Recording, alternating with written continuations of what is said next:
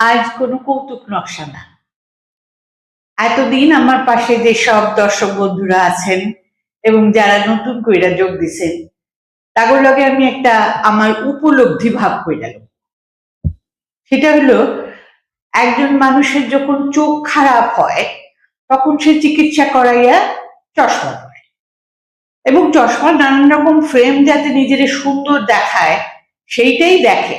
মানে করতে যাইতেছে যে চশমা পরানোর সময় কোনো লজ্জা শরমের ব্যাপার নাই বা কোনো বাদো বাদো ঠাকুর নাই।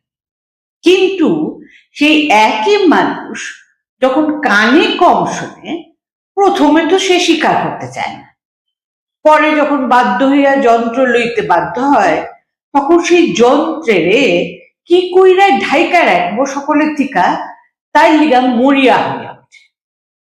আবার ধরেন, আমাকে পাড়ার একটা পোলা, তার পাটা একটু নষ্ট মতন খোঁড়ায় খোঁড়া চলে, তারে লোকে কইব ওই যে কেষ্টা, আমাকে পাড়ার ল্যাংড়া কেষ্টা।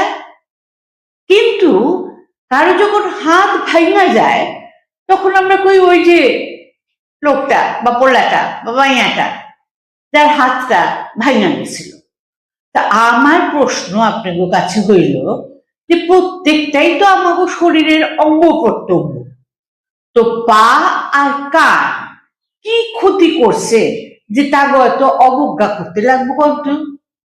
আমি কিন্তু আপনাকে উত্তরের অপেক্ষায় রইলাম। ফলো করবেন, মতামত জানাইবেন আর সাবস্ক্রাইব করবেন।